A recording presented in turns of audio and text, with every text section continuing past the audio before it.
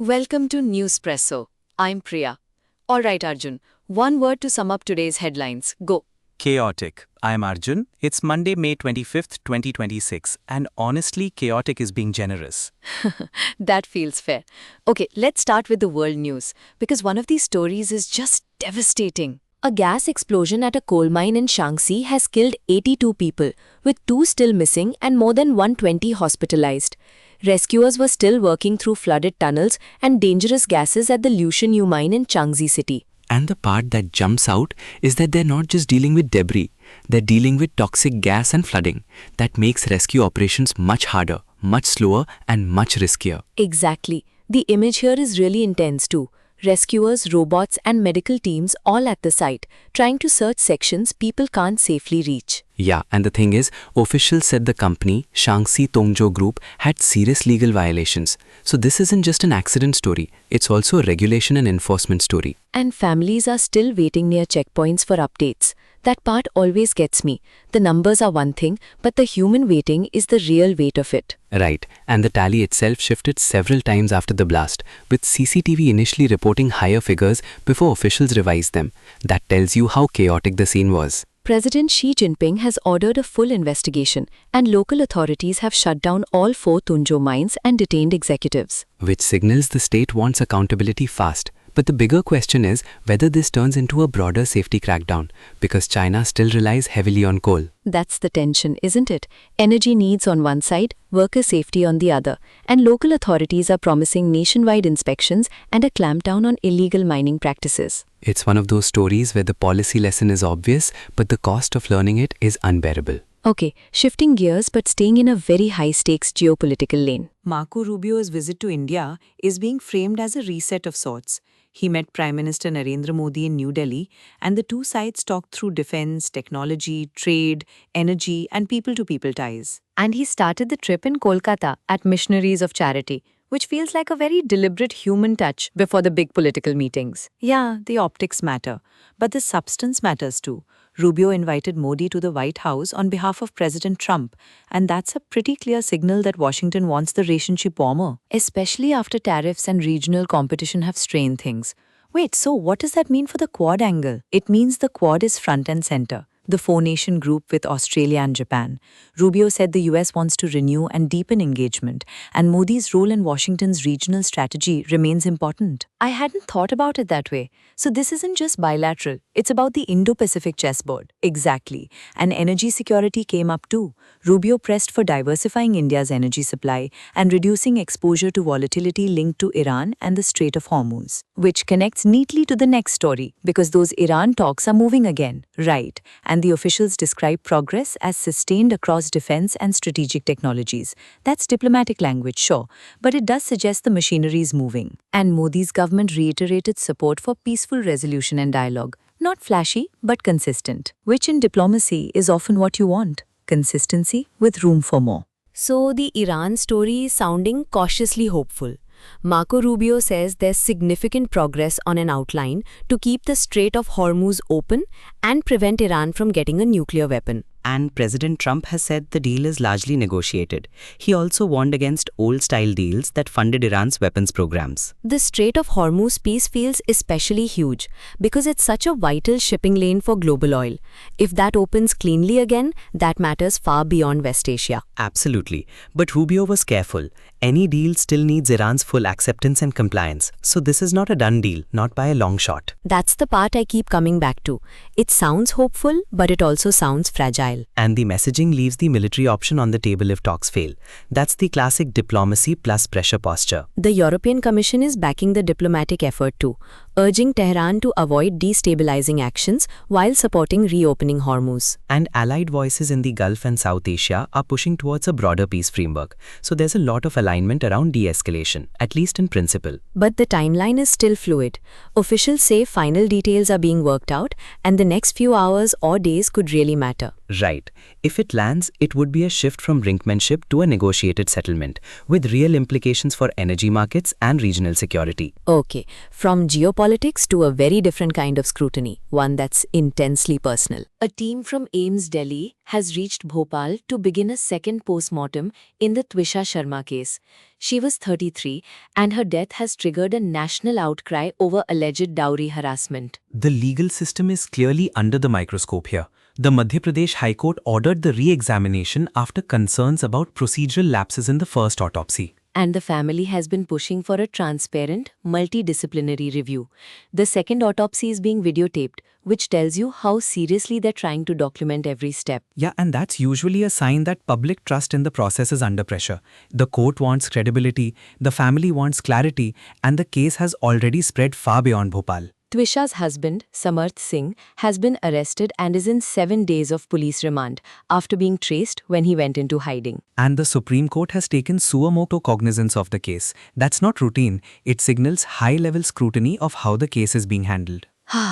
What also stands out is that the role of in-laws, including a retired district judge, is part of the legal drama too. Right, and officials have said the family's complaints have highlighted possible procedural gaps in the initial investigation. That's now part of the story whether investigators like it or not. Security was tight around the hospital in Bhopal as the board prepared for the examination. It's a heavy scene, and honestly the family must be exhausted. The bigger issue is whether this second autopsy can answer the questions the first one didn't. That's what the court, the family, and the public all seem to want. Okay, let's breathe for a second and move to sports, because at least there are numbers we can stare at without feeling completely wrung out. Punjab Kings finally snapped a 6-game drought and Shreyas Iyer was the engine. He made 101 not out of 51 balls with 11 fours and 5 sixes to beat Lucknow Super Giants. A maiden IPL 100 and in a chase too. That's a big one. Very big. PBKS got to 200 for 3 in 18 overs after starting the chase with 2 early losses. Then Iyer and Prabsimran Singh put together a 140-run stand for the third wicket. That kind of partnership changes the whole mood of a chase, doesn't it? From nervous to comfortable really fast. Exactly. And Lucknow had posted 196 for 6, with Josh English making 72 and Ayush Badoni 43. But PBKS's bowling had already done a decent job. Yuzvendra Chahal kept it economical and Shami struck early. So it wasn't just a batting rescue act. The whole team set it up. Right. And the timing matters because this win kept PBKS's playoff hopes alive. They moved into a key position, but they still had to watch other results. Which is such a nerve-shredding place to be. You win, and then you still have to sit there and wait. The pure modern sports experience, victory with a side of spreadsheet anxiety. That actually feels like the perfect bridge to the next one. The final IPL 2026 playoff spot was basically a race with too many moving parts. Punjab Kings were 4th with 15 points after that big win, but their fate depended on Rajasthan Royals and Kolkata Knight Riders. So RR needed to beat Mumbai Indians to lock in a direct playoff spot, right? Yes, and if Mumbai pulled off a surprise, it could leave PBKS hoping. KKR also had a narrow path. They needed a big win over Delhi Capitals and help from other results. That's such a brutal set of conditions.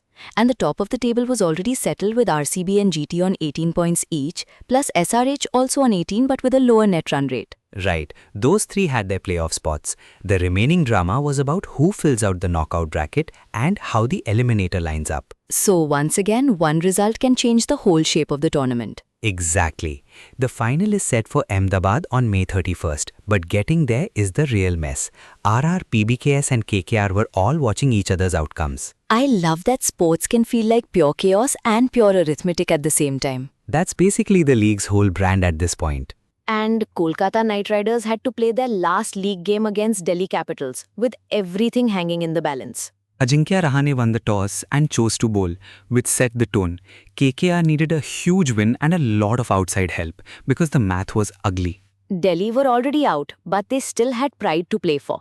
Akshar Patel's 39 off 25 helped them get to 175 for 4 at 18 overs. That cameo matters because it kept DC from folding completely. For KKR, Varun Chakravarti and Saurabh Dubey bowled with discipline, but the overall job was always going to be hard. And they were waiting on RR versus MI earlier in the day too, so the night game might already have been shaped before it began. Exactly. Their path depended on Punjab Kings' result and net run rate swings, which is about as kind as sport gets, which is to say, not kind at all.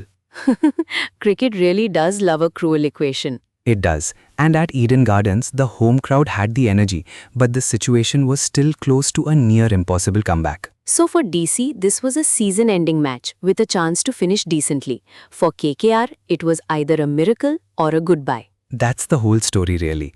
Thin margins and a lot of hoping other people make mistakes. Alright, after all that number crunching and tension, let's end with something a little glossier, though even this one had its own debates. Aishwarya Rai Bachchan had another huge can moment, and the fan reaction was immediate. She stepped out at the Hotel Martinez, signed autographs, posed for selfies, and the whole thing went viral. And the visual details were doing a lot of work. Her closing ceremony look was a white pantsuit with a feathered cape by Chinny Chan, and people were calling it bold. She'd also worn a sapphire blue gown earlier and then a pastel pink dress, so there was a whole progression of red carpet moments. Her daughter Aradhya also walked the carpet in a red gown, which made that appearance especially notable. What got me was the split reaction online. Some people were praising her elegance, while others were comparing her to past looks and to other stars. And then the conversation widened into beauty standards, aging, and how women are treated online. That part is familiar, unfortunately. It really is. People will talk about a woman's face and outfit for days, while the actual career behind it gets shoved aside. Exactly. Some defenders pointed out that the focus on looks distracts from her long career and philanthropic work. And there were also comments about authenticity, about the danger of a highly manufactured world for young actors, and the need to stay true to your own journey. Which is a pretty gentle way of saying the internet can be exhausting. Very exhausting. But also Cannes keeps proving that a red carpet is never just clothes. It becomes a whole conversation about culture. And sometimes a whole argument. Alright, that's us for today on Newspresso. Thanks for hanging out with us and stay tuned. We'll be back soon. Take care and we'll catch you next time on Newspresso.